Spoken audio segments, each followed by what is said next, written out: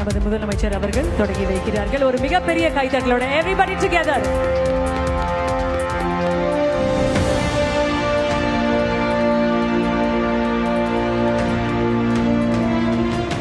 கலைஞர் மகளிர் உரிமை தொகை திட்டத்தின் 2வது கட்ட விரிவாக்கத்தை முதலமைச்சர் மு க ஸ்டாலின் தொடங்கி வைத்தார். தமிழ்நாட்டில் சுமார் 1,13,00,000 குடும்ப தலைவிகளுக்கு தமிழ்நாடு அரசு மகளிர் உரிமை தொகை வழங்கி வந்தது. இத்திட்ட விதிகளில் சில தளர்வுகள் அறிவிக்கப்பட்ட நிலையில் தற்பொழுது கூடுதலாக 16,96,000 குடும்ப தலைவிகள் இத்திட்டத்தில் சேர்க்கப்பட்டுள்ளனர். அதன்படி சென்னை நேரு உள் விளையாட்டு அரங்கில் நடைபெற்ற வெல்லும் தமிழ் பெண்கள் நிகழ்ச்சியில் புதிய பயனாளிகளுக்கு முதலமைச்சர் மு க ஸ்டாலின் கணக்கு அட்டையை வழங்கினார்.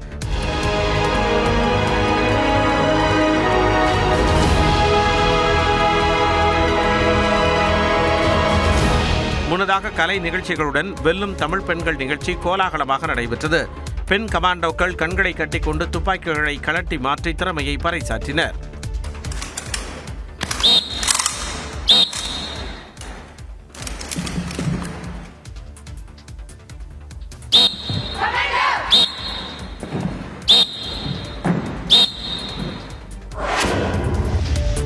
மகளிர் உரிமை தொகை நிச்சயம் உயர்த்தப்படும் என முதலமைச்சர் மு க ஸ்டாலின் அறிவித்துள்ளார். சென்னையில் நடைபெற்ற வெல்லும் தமிழ் பெண்கள் நிகழ்ச்சியில் உரையாற்றிய அவர் மகளிர் உரிமை தொகை மாதம் உறுதியாக கிடைக்கும் என்றார். தமிழ்நாட்டில் இருக்கிற 1,60,69,831 சகோதரிகளுக்கு 1000 ரூபாய் மாசம் தொடர்ந்து கிடைக்கும். தலைநிபரும் தமிழ்நாட்டில் பெண்கள் உயர்ந்து நடைபோட நிச்சயம் உரிமை தொகையும் உயரும், பெண்களுடைய உரிமையும் உயரும். தொடர்ந்து பேசிய முதலமைச்சர் கலைஞர் மகளிர் உரிமை தொகை திட்ட வெற்றியின் உச்சமே அண்டை மாநிலங்களும் இத்திட்டத்தை செயல்படுத்தி வருவதுதான் என முதலமைச்சர் பெருமிதம் தெரிவித்தார். மக்கள் நல திட்டங்களை இலவசங்கள்னு கொச்சைப்படுத்துறவங்க கூட இந்த திட்டத்தை அவங்க மாநிலங்களை செயல்படுத்த தொடங்கிட்டாங்க. மத்திய பிரதேசம், மகாராஷ்டிரா, சத்தீஸ்கர், ஒடிசா, புதுச்சேரி, அது மட்டுமல்ல இப்போ கர்நாடகா, ஜார்க்கண்ட், இமாச்சல பிரதேஷ், மேற்கு வங்கம், சிக்கிம் என 10 மாநிலங்கள்ல உரிமை தொகையை குழந்தைகளின் கல்விக்காக பயன்படுத்த வேண்டும் எனவும் முதலமைச்சர் மு க ஸ்டாலின் கேட்டுக்கொண்டார்.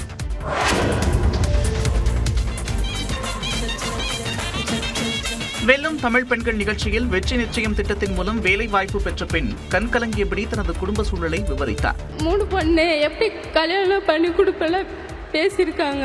நாங்கள் 3 பேரும் நல்லா படிச்சு நல்ல நிலைமைக்கு வரணும்னு எங்க அம்மா அப்பாட்ட வாக்கு கொடுத்துருக்கோம். இப்ப நான் ஒரு ஆளு தான் வேலை பார்த்து எங்க வீட்டுல குடும்பத்தை பார்த்துட்டு இருக்கேன். மழை பெஞ்சா கூட எங்க அப்பா தூங்க மாட்டாங்க, எந்திரிச்சுதான் உட்காந்துருப்பாங்க. ஏன்னா எப்ப வேணா வீடு இடிச்சு விழுவோம். ஸ்காலர்ஷிப்பும் கொடுத்து நல்லபடியா சம்பளமும் கொடுத்து அங்கேயே வேலைக்கு சேர்த்திருக்காங்க. எம்ராய்டுக்கும் வெற்றி நிச்சயத்துக்கும் ரொம்ப மனமார்ந்த நன்றி சொல்லிக்கிறேன். வெற்றி நிச்சயம் திட்டத்தில் சாதித்த ஈழத்தமிழ் பெண் சாரா அப்பா என்று குறித்த கைக்கூட்டையை முதலமைச்சருக்கு அன்பளிப்பாக வழங்கினார்.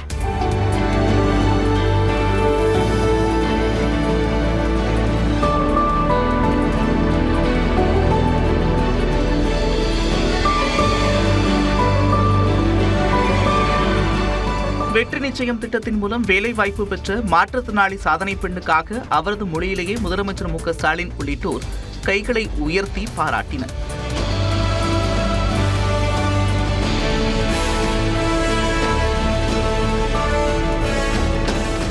அதேபோல தமிழ்நாட்டின் பெண் உயரதிகாரிகளுக்கு அனைவரும் எழுந்து நின்று பாராட்டு தெரிவித்தனர்.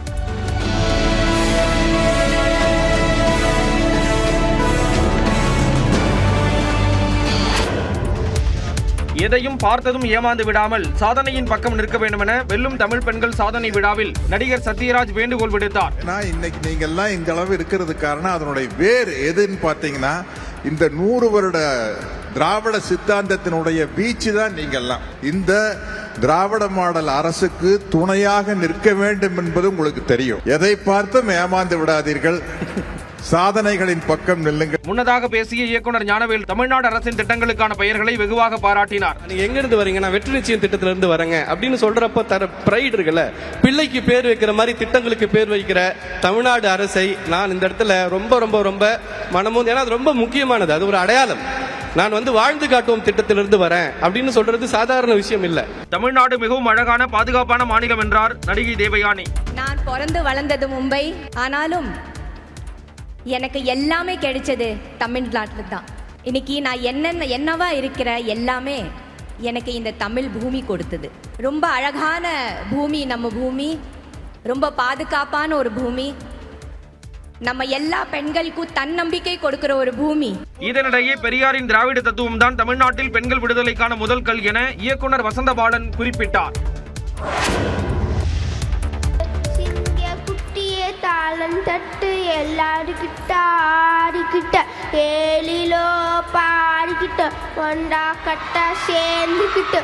பிறக்கும் போதே கேட்கும் திறன் இன்றி பிறந்து கலைஞர் காப்பீட்டு திட்டத்தில் அரசு மருத்துவமனையில் அறுவை சிகிச்சை மேற்கொண்ட சிறுமி பாடல் பாடி அசத்திய காட்சியே இது. வெல்லும் தமிழ் பெண்கள் நிகழ்ச்சியில் கலந்து கொண்டு பேசிய கோவையைச் சேர்ந்த சரண் வித்யா தனது மகள் கனிஷ்காவுக்கு 15 லட்சம் ரூபாய் மதிப்பிலான அறுவை சிகிச்சையை அரசு மருத்துவமனையில் இலவசமாக மேற்கொண்டதாக நிகழ்ச்சியுடன் தெரிவித்தார். இதேபோன்று தோழி விடுதியால் பயன்பெற்றதாக கன்னியாகுமரி மாவட்டத்தில் இருக்கும் கல்லடை கிராமத்தைச் சேர்ந்த ஷர்மிளா என்பவர் கூறினார். என்ட்ரன்ஸ் பார்த்தா வேற லெவல்ல இருந்து, ஏன்னா பில்டிங் ரொம்ப பெருசா, என்ட்ரன்ஸு பயங்கரமா இருந்து, என்ன சொல்றதா, என்னடா இது கவர்மெண்ட்ல இப்படி ஒரு பில்டிங் கட்டியிருக்காங்களா அப்படின்னு சொல்லிட்டு ஒரு ஆச்சரியம் வேற. தமிழ்நாடு அரசின் நமக்கு நாமே திட்டத்தின் மூலம் தாம் படித்த அரசு பள்ளிக்கு வகுப்பறைகள் கட்டி கொடுத்ததாக இஸ்ரோ திட்ட இயக்குனர் நிகர் ஷாஜி கூறினார். உயர்நிலை பள்ளிக்கு ஏதாவது செய்யணும்னு எனக்கு ரொம்ப ஆசையா இருந்தது. அந்த கனவை நனவாக்கினது மாண்புமிகு முதலமைச்சரும் தமிழ்நாடு அரசின் நமக்கு நாமே திட்டம். தன்னை இப்போது அனைவரும் மேடம் என்று அழைப்பதற்கு திராவிடம்தான் காரணம் என பட்டிமன்ற பேச்சாளர் கவிதா ஜவஹர் கூறினார். மகளிருக்கு முன்னுரிமை அளிக்கும் மாநிலமாக தமிழ்நாடு திகழ்வதாக துணை முதலமைச்சர் உதயநிதி ஸ்டாலின் தெரிவித்தார்.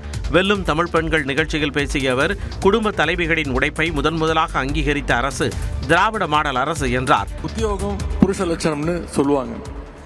உத்தியோகம் புருஷனுக்கு மட்டும் லட்சணம் கிடையாது. இன்னைக்கு உத்தியோகம் பெண்களுக்கும் லட்சணம் அப்படிங்கிறது மாற்றி காட்டிய அரசு நம்முடைய திராவிட மாடல் அரசு. விளையாட்டுத் துறையில் மற்ற மாநிலங்களுக்கு முன்னோடியாக தமிழ்நாடு திகழ்வதாக பாராலிம்பிக் பேட்மிண்டன் வீராங்கனை துளசிமதி முருகேசன் தெரிவித்தார். எங்கேயோ காஞ்சிபுரத்துல ஒரு குடிசை வீட்டுல ஒரு தினக்கூலிக்கு பிறந்த ஒரு பொண்ணு, அதுவும் ஒரு மாற்றுத்திறனாளி பொண்ணால சாதிக்க முடியும் அப்படின்னா கண்டிப்பா உங்க எல்லாராலையும் சாதிக்க முடியும். எல்லாரும் சொல்லுவாங்கல்ல, டூ ஆர் டை. அது டூ ஆர் டை கிடையாது, it's do it before you tie. நிகழ்ச்சியில் மகாத்மா காந்தியுடன் செயல்பட்ட சமூக சேவையை கிருஷ்ணம்மாள் ஜெகநாதனுக்கு தமிழ்நாடு அரசு சார்பில் பாராட்டு தெரிவிக்கப்பட்டது. இன்று வருமோ நாளைக்கே வருமோ மற்றென்று வருமோ அரேன் என் கோவே. கிருஷ்ணம்மாளுக்கு பதிலாக நிகழ்ச்சியில் உரையாற்றிய அவரது மகள், கீழ்வெண்மணியில் கூலி உயர்வுக்காக போராடிய மக்களை அதே நிலத்திற்கு சொந்தக்காரர்களாக ஆக்கிய சாதனையை தமிழ்நாடு அரசு நிகழ்த்தியதாக தெரிவித்தார். தங்கம் விலை சவரனுக்கு 1 லட்சம் ரூபாயை நெருங்கியுள்ளது. ஒரே நாளில் 2 முறை தங்கத்தின் விலை உயர்ந்த நிலையில் ஒரு சவரன் தங்கத்தின் விலை 99,000 ரூபாயை நெருங்கியது. தங்கம் விலை காலையில் கிராமுக்கு 200 ரூபாய் அதிகரித்த நிலையில் மாலையில் 120 ரூபாய் உயர்ந்து 12,370 ரூபாய்க்கு விற்பனை செய்யப்படுகிறது. ஒரு சவரன் தங்கத்தின் விலை காலையில் 1,600 ரூபாய் உயர்ந்த நிலையில் மாலையில் 960 ரூபாய் உயர்ந்தது. ஒரே நாளில் ஒரு சவரன் தங்கத்தின் விலை 2,560 ரூபாய் உயர்ந்து 98,960 ரூபாய்க்கு விற்பனை செய்யப்படுகிறது. வெள்ளி விலையும் ஒரே நாளில் 2 முறை உயர்ந்தது. 1 கிராம் வெள்ளியின் விலை காலையில் 6 ரூபாயும் மாலையில் 1 ரூபாயும் உயர்ந்துள்ளது. 1 கிராம் வெள்ளியின் விலை 216 ரூபாயாகவும் 1 கிலோ வெள்ளியின் விலை 2,16,000 ரூபாயாகவும் உள்ளது. அமெரிக்க மத்திய வங்கியின் கூட்டத்தில் வட்டி விகிதம் 25 அடிப்படை புள்ளிகள் குறைக்கப்பட்டுள்ளது. இதனால் தங்கம் மற்றும் வெள்ளியின் விலை தொடர்ந்து உயர்ந்து வருகிறது. நாமக்கல்லில் மொத்த கொள்முதல் விலையில் ஒரு முட்டையின் விலை 5 காசுகள் அதிகரித்து 6 ரூபாய் 15 காசுகளாக நிர்ணயம் செய்யப்பட்டுள்ளது. தேசிய முட்டை ஒருங்கிணைப்பு குழுவின் நாமக்கல் மண்டல ஆலோசனைக் கூட்டத்தில் முட்டை விலை மாற்றம் குறித்து பண்ணையாளர்களிடம் கருத்துக்கள் கேட்கப்பட்டன. மற்ற மண்டலங்களில் விலையில் மாற்றம் செய்யப்பட்டுள்ளதாலும் வட மாநிலங்களில் குளிரின் தாக்கம் அதிகரிப்பால் நுகர்வு அதிகரித்திருப்பதாலும் விலையை அதிகரிக்கலாம் என பண்ணையாளர்கள் கூறினர்.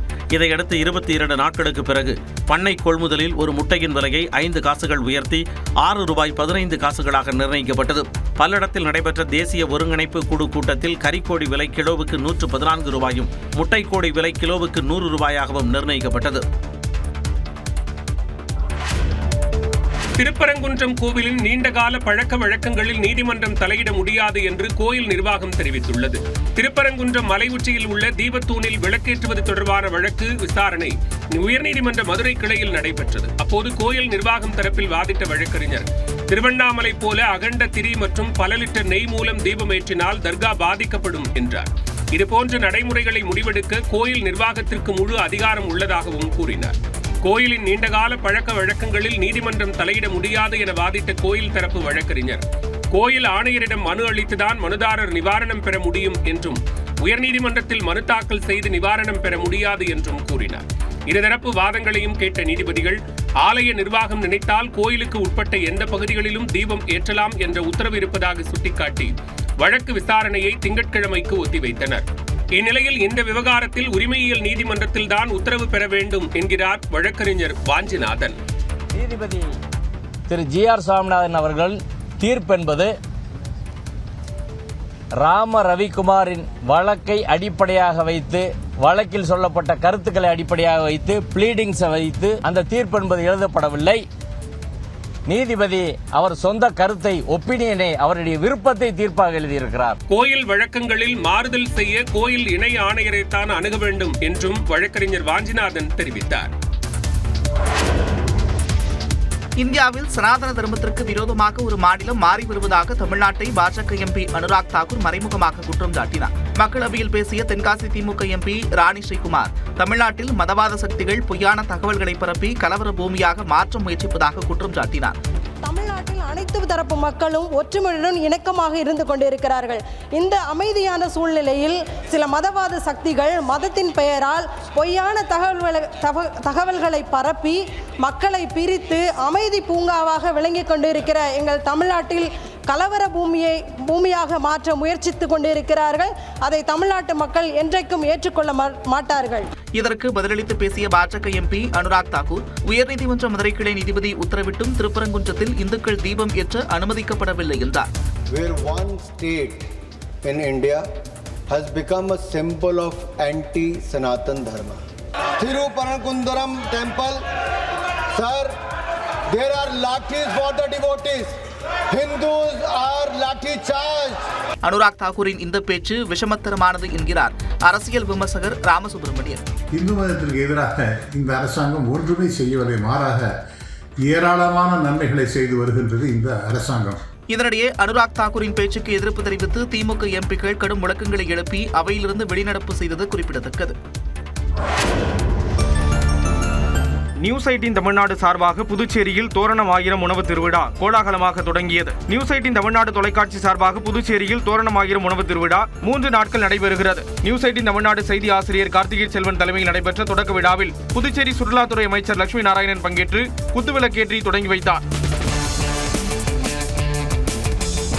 இதைத் தொடர்ந்து பரதநாட்டியம், சிலம்பாட்டம், செண்டை மேளம், குச்சிப்புடி ஆகிய கலை நிகழ்ச்சிகளுடன் தோரணம் ஆயிரம் உணவு திருவிழா களை கட்டியது.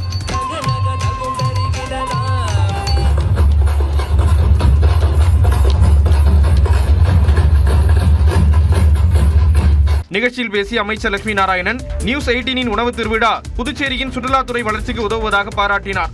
வள்ளலார் சொல்வார், கடை விரித்தேன் கொள்வார் இல்லை என்று சொல்வார். ஆனால் நம்முடைய கார்த்திகை செல்வன் அவர்களும் அவரை சார்ந்த நண்பர்களும் கடையை வருடந்தோறும் வைத்திருக்கிறார்கள். அதை கொண்டு போவதற்கு நிறைய பேர் வந்து கொண்டிருக்கிறார்கள். முன்னதாக பேசிய நியூஸ் 18 தமிழ்நாடு செய்தி ஆசிரியர் கார்த்திகை செல்வன், பாரதியும் பாரதிதாசனும் வாழ்ந்த மண்ணில் இந்த நிகழ்ச்சியை நடத்துவது மகிழ்ச்சி என்றார். உணவு அப்படிங்கிறது எல்லோரையும் இணைக்கக்கூடியது. ஃபுட் வந்து ஒரு கனெக்ட்ஸ் எவ்ரி இண்டிவிஜுவல் அப்படின்னு சொல்லலாம். அப்ப இந்த உணவு திருவிழா அப்படிங்கிறதும் அத்தனை மனிதர்களையும் இணைக்கக்கூடிய ஒரு நிகழ்ச்சியாக இருக்கணும் அப்படின்னு ஆசைப்பட்டேன். புதுச்சேரியின் சாதனையாளர்களை நியூஸ் 18 சிகரம் விருதுகள் விழாவில் சிறப்பித்ததையும் கார்த்திகை செல்வன் குறிப்பிட்டு பேசினார். மேகதாது அணை விவகாரம் குறித்து அமைச்சர் துரைமுருகன் விளக்கம் அளித்துள்ளார். மேகதாது அணையை தமிழ்நாடு அரசு ஒருபோதும் அனுமதிக்காது என நீர்வளத்துறை அமைச்சர் துரைமுருகன் திட்டவட்டமாக தெரிவித்துள்ளார். மேகதாது திட்டத்தை அமல்படுத்துவது தொடர்பாக 30 பேர் கொண்ட அதிகாரிகள் குழுவை கர்நாடக அரசு அமைத்து உத்தரவிட்டுள்ளது. இதற்கு கண்டனம் தெரிவித்துள்ள எதிர்க்கட்சித் தலைவர் எடப்பாடி பழனிசாமி, இதனை தடுத்து நிறுத்த தமிழ்நாடு அரசு சட்ட நடவடிக்கை எடுக்க வேண்டும் என வலியுறுத்தினார். மேலும் தமிழகத்தை பாலைவனமாக்க வேண்டும் என்ற ஒரே குறிக்கோளோடு கர்நாடகத்தை ஆளும் காங்கிரஸ் அரசு செயல்படுவதாகவும் குற்றம் சாட்டியுள்ளார். இந்நிலையில் இந்த விவகாரம் தொடர்பாக அறிக்கை வெளியிட்டுள்ள நீர்வளத்துறை அமைச்சர் துரைமுருகன், மேகதாது அணை தமிழகத்திற்கு கடும் பாதிப்புகளை ஏற்படுத்தும் என்று கடந்த 2018ஆம் ஆண்டு உச்சநீதிமன்றம் வழங்கிய இறுதி தீர்ப்பை சுட்டிக்காட்டி தமிழக அரசு வாதிட்டதாக கூறியுள்ளார். உச்சநீதிமன்றத்தில் தமிழ்நாடு அரசு சார்பாக வாதாடும் மூத்த வழக்கறிஞர்களின் ஆலோசனைப்படியும் முதலமைச்சரின் உத்தரவுப்படியும் வெள்ளிக்கிழமை மறு ஆய்வு மனு தாக்கல் செய்துள்ளதாகவும் அமைச்சர் துரைமுருகன் தெரிவித்துள்ளார்.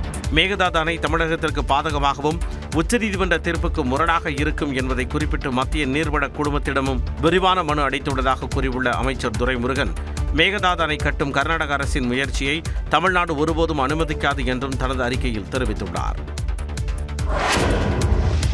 ஆம்பூர் அருகே பள்ளிக்கு புறப்பட்ட 3ஆம் வகுப்பு மாணவி திடீரென காணாமல் போனதாக கூறி காவலர்கள் உதவியுடன் கிராம மக்கள் ஊரில் தேடுதலில் ஈடுபட்டதால் பெரும் பரபரப்பு நிலவியது. கோவிந்தாபுரம் பகுதியைச் சேர்ந்த பாபு என்பவரின் மகள் தனுஸ்ரீ அப்பகுதியில் உள்ள ஒரு பள்ளியில் 3ஆம் வகுப்பு படித்து வருகிறார். தந்தை தாய் இருவரும் பணிக்கு செல்லும் சூழலில் மாணவியை அவரது தாத்தா பள்ளிக்கு அழைத்துச் சென்று வருவதை வழக்கமாக வைத்துள்ளார். நேற்று மாணவி பள்ளிக்கு செல்ல தயாராகிவிட்ட நிலையில் தாத்தா கோவிந்தசாமி வந்து பார்த்தபோது அவரை காணவில்லை. உடனே வீட்டை பூட்டிவிட்டு பள்ளிக்கு சென்று விசாரித்தபோது மாணவி வராததை அறிந்து அதிர்ச்சியடைந்தவர் பெற்றோர் மற்றும் உறவினர்களுக்கு தகவல் தெரிவித்துள்ளார். இதையடுத்து அனைவரும் ஊரில் தேடியுள்ளனர். தகவல் அறிந்து காவலர்களும் விரைந்து ஊரில் உள்ள அனைத்து தெருக்களிலும் தேடினர்.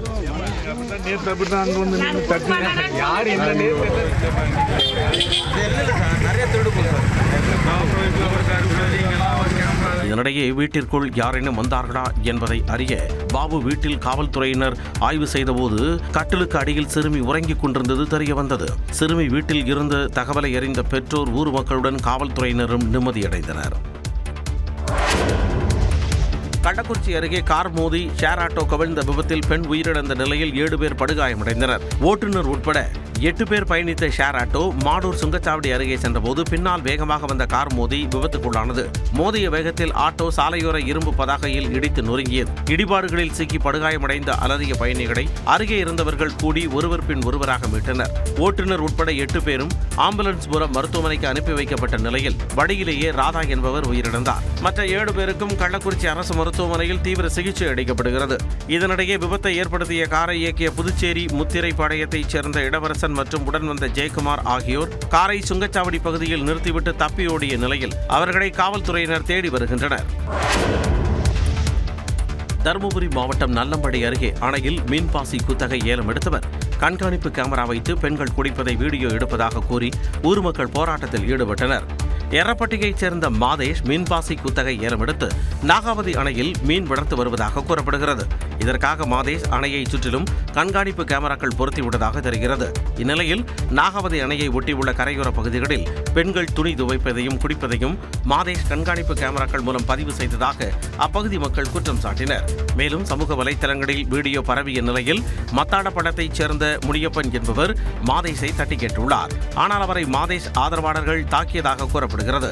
இதனால் ஆத்திரமடைந்த பெண்கள் நாகாவதி அணை கரையோரம் பொருத்தப்பட்டுள்ள கண்காணிப்பு கேமராக்களை அகற்ற வலியுறுத்தி போராட்டத்தில் ஈடுபட்டனர். நாங்க புலங்குற இடத்துல இங்க போன பாத்ரூம் குளிச்சுட்டு நாங்க துணி தைக்குவோங்க, அப்படியே குளிச்சுட்டு வருவோங்க. ஆத்துல பெண்கள் நாங்க எல்லாமே ஆத்துல தாங்க குளிக்குவோங்க.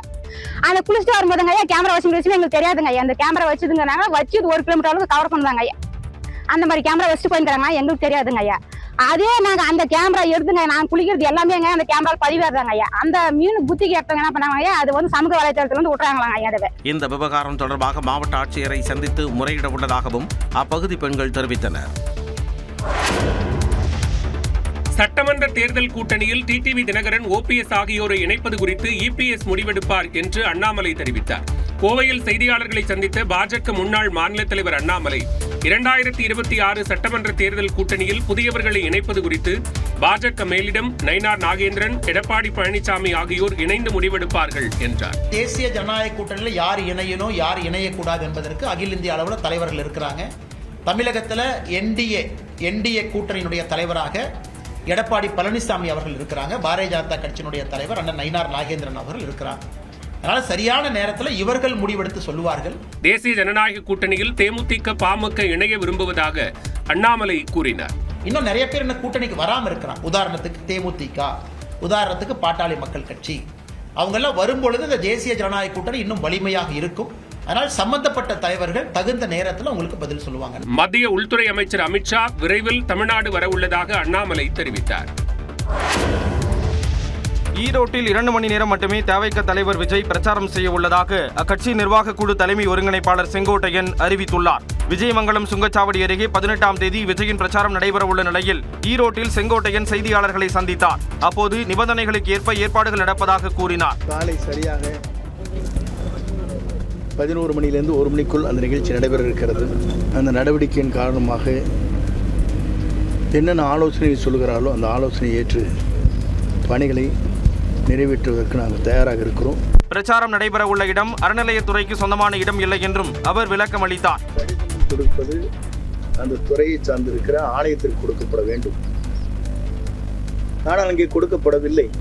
முதலில் தெரிந்து கொள்ளுங்கள், தெளிவுபடுத்திக் கொள்ளுங்கள். எந்த இடத்தில் லிட்டிகேஷன் இருக்கிறோ அந்த இடத்துக்கு தான் நோட்டீஸ் கொடுக்கணும். அதை விட்டு காவல்துறைக்கு தான் கொடுத்திருக்கிறார். தெளிவாக அந்த கோயில் அறங்காவலர் மூலமாக இந்த கோயிலை பொறுத்தவரையிலும் HRNC வருகிற போது முழுமையாக இந்த கோயிலுக்கு சொந்தமாக இந்த இடம் இருக்கிறது என்று உயர்நீதிமன்றத்தில் ஆணை பிறப்பிக்கப்பட்டிருக்கிறது. மேலும் தாவேகாவில் யார் வேண்டுமானாலும் இணையலாம் என்றும் யாருடன் கூட்டணி என்பதை கட்சித் தலைவர் முடிவு செய்வார் என்றும் செங்கோட்டையன் கூறினார். சாதிவாரி கணக்கெடுப்பு நடத்த கோரியும் வன்னியர்களுக்கு 10% இடஒதுக்கீடு வழங்க கோரியும் பாமகவின் ராமதாஸ் தரப்பில் தமிழ்நாடு முழுவதும் போராட்டம் நடைபெற்றது. அந்த வகையில் சென்னை எழும்பூரில் பாமக நிறுவனர் ராமதாஸ் தலைமையில் ஆர்ப்பாட்டம் நடைபெற்றது. அப்போது சாதிவாரி கணக்கெடுப்பு நடத்த கோரி முழக்கங்களை எழுப்பினர்.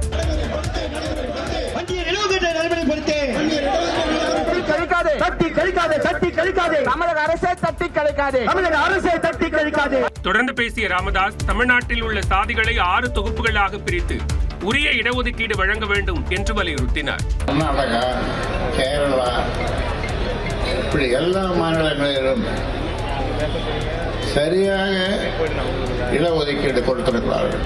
சாதிவாரி கணக்கெடுப்பையும் நடத்தி இடஒதுக்கீடு கொடுத்திருக்கிறார்கள். ஏன் அதை தமிழ்நாட்டில் செய்யக்கூடாது?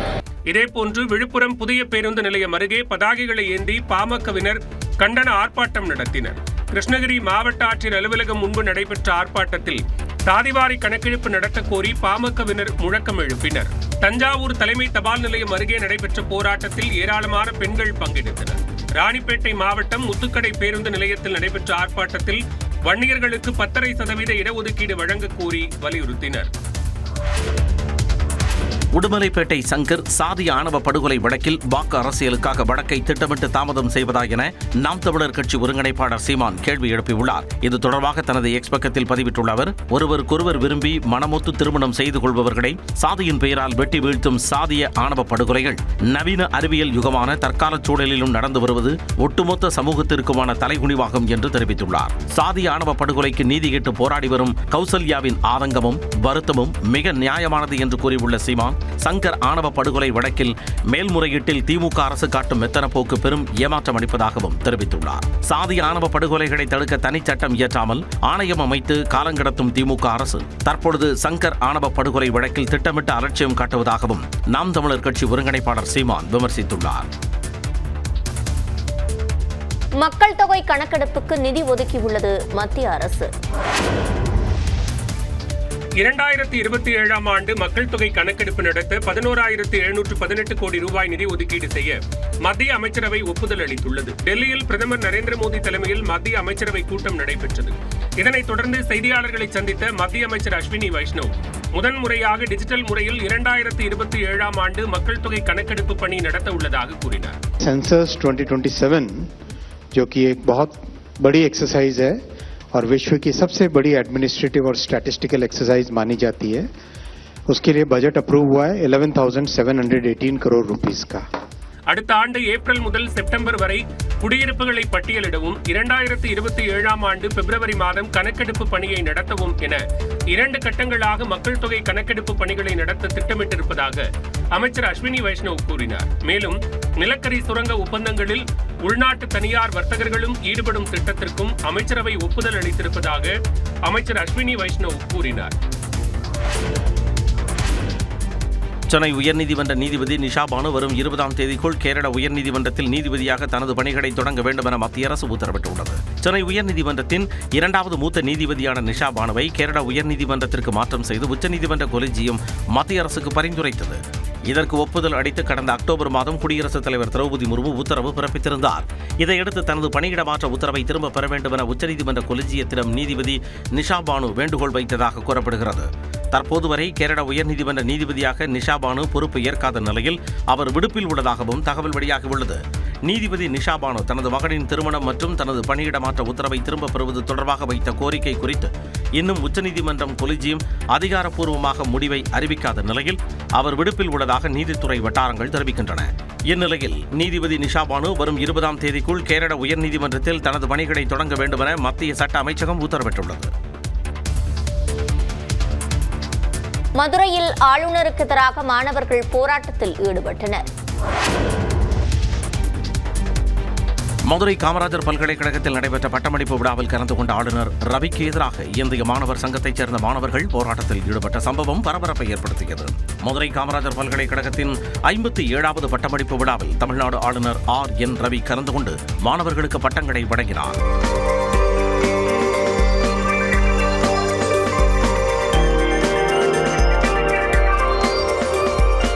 இதையடுத்து விருந்தினர் மாளிகையில் ஆளுநர் ரவி ஓய்வெடுத்துக் கொண்டிருந்த பொழுது இந்திய மாணவர் சங்கத்தைச் சேர்ந்த மாணவர்கள் முழக்கமிட்டவாறே பல்கலைக்கழகத்திற்குள் நுழைய முயன்றனர். அப்போது அங்கு பாதுகாப்பு பணியில் ஈடுபட்ட காவலர்கள் அவர்களை தடுத்து நிறுத்தினர்.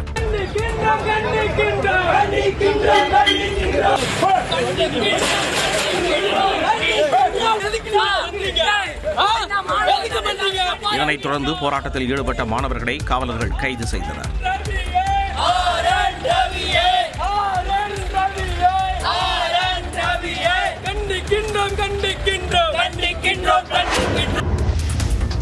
புதுச்சேரியில் மாயமான பெண்ணின் உடல் வாய்க்காலில் இருந்து மீட்கப்பட்ட நிலையில் பணத்தகராறில் பெண்ணை கொன்ற நபர் கைது செய்யப்பட்டார். வில்லியனூர் செந்தாமரை நகரைச் சேர்ந்த தமிழ்ச்செல்வி கணவரை விவாகரத்து செய்து மகளுடன் வசித்து வந்துள்ளார். விவாகரத்து பராமரிப்பு தொகையை கொண்டு வாழ்ந்து வந்த தமிழ்ச்செல்வி கடந்த 5ஆம் தேதி காணாமல் போனார். விசாரணை மேற்கொண்ட காவல்துறையினர் தமிழ்ச்செல்வியின் செல்போன் எண்ணிற்கு வந்த அழைப்புகளை ஆராய்ந்ததில் அவர் மாயமான நாளில் ஐயப்பன் என்பவர் 30 முறை அழைத்து பேசியுள்ளார். அவரை பிடித்து விசாரித்த போது அவர் தமிழ்ச்செல்வியை கொலை செய்ததை ஒப்புக்கொண்டதாக கூறப்படுகிறது. 3 மாதங்களுக்கு முன்பு இருவருக்கும் நட்பு ஏற்பட்ட நிலையில் ஐயப்பனிடம் தமிழ்ச்செல்வி 1.5 லட்சம் ரூபாய் கடன் பெற்று அதனை திரும்ப கொடுக்காமல் இருந்துள்ளார். இது தொடர்பான தகராறில் தமிழ்ச்செல்வியின் கழுத்தை தனது காலால் ஐயப்பன் அழுத்தி துடிக்க துடிக்க கொலை செய்துள்ளார். பின்னர் பாலித்தீன் கவரில் உடலை வைத்து காரில் எடுத்துச் சென்று உருவையாறு வாய்க்காலில் வீசியதாக ஒப்புக்கொண்டார். மேலும் ஒன்றும் தெரியாதது போல் கடந்த 9ஆம் தேதி புதுச்சேரியில் நடந்த விஜய் மக்கள் சந்திப்பு நிகழ்ச்சியில் கலந்து கொண்டதுடன் தனது வழக்கமான பணிகளில்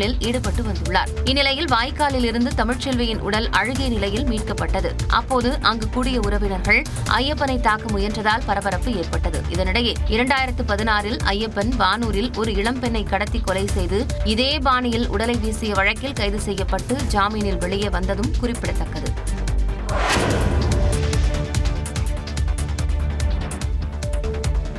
$1 டிரில்லியன் பொருளாதாரத்தை தமிழ்நாடு விரைவில் எட்டும் என தொழில்துறை அமைச்சர் TRB ராஜா தெரிவித்துள்ளார். சென்னை நந்தம்பாக்கத்தில் உள்ள சென்னை வர்த்தக மையத்தில் யுனைடெட் எக்கனாமிக் போரம் சார்பாக வர்த்தக உச்சி மாநாடு நடைபெற்று வருகிறது. இதில் 2047க்குள் $4 டிரில்லியன் பொருளாதாரத்தை தமிழ்நாடு எட்டும் வகையில் உன்னத தமிழகம் என்ற தொலைநோக்கு பார்வை கொண்ட வரைவு திட்டத்தை அமைச்சர் TRB ராஜா வெளியிட்டார். இதனைத் தொடர்ந்து பேசிய அவர், இந்தியாவின் சராசரி பொருளாதார வளர்ச்சி 11%, மகாராஷ்டிரா போன்ற மாநிலங்களின் வளர்ச்சி 10 முதல் 11% உள்ள நிலையில் தமிழ்நாடு 16% வளர்ச்சியை பதிவு செய்துள்ளதாக கூறினார்.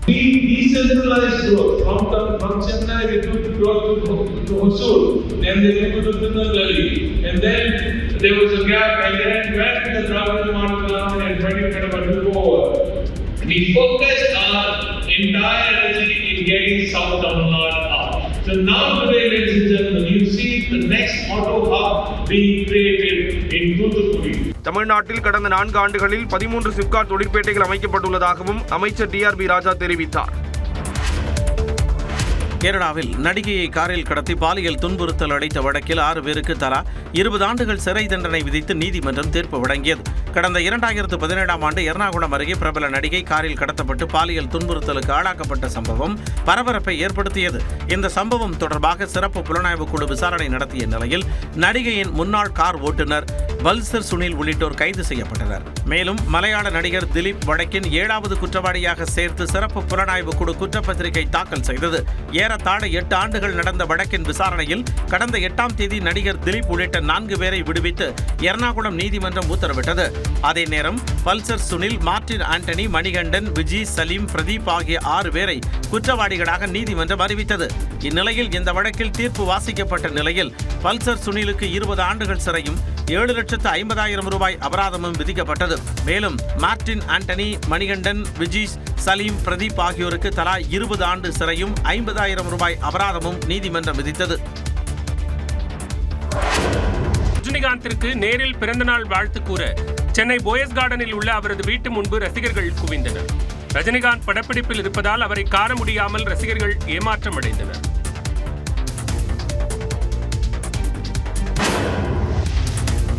திருவண்ணாமலையில் நாளை திமுக இளைஞர் அணியின் வடக்கு மண்டல நிர்வாகிகள் சந்திப்பு நிகழ்ச்சிக்காக கலைஞர் திடலில் இறுதிக்கட்ட பணிகள் மும்முரமாக நடைபெற்று வருகிறது. மலப்பாம்பாடி கிராமத்தில் 1,30,000க்கும் மேற்பட்ட இளைஞரணி நிர்வாகிகள் அமரக்கூடிய வகையில் திடல் தயாராகிறது. இதில் திமுக தலைவரும் முதலமைச்சருமான மு.க.ஸ்டாலின் கலந்து கொண்டு சிறப்புரை ஆற்றவுள்ளார். சுமார் 2 கிலோமீட்டர் தொலைவிற்கு சாலையின் இருபுறமும் திமுகவின் கொடிக்கம்பங்கள் நடப்பட்டுள்ளன. பிரம்மாண்ட வளைவுகளும் பதாகைகளும் நிறுவப்பட்டுள்ளன. மின் விளக்குகளால் அலங்காரம், விசாலமான மேடை அமைக்கும் பணி இறுதிக்கட்டத்தை எட்டியுள்ளது. நிர்வாகிகளுக்கு இனிப்பு, காரம், தண்ணீர், பிஸ்கெட், ஜூஸ் உள்ளிட்டவை அடங்கிய தொகுப்பும் வழங்கப்பட உள்ளது.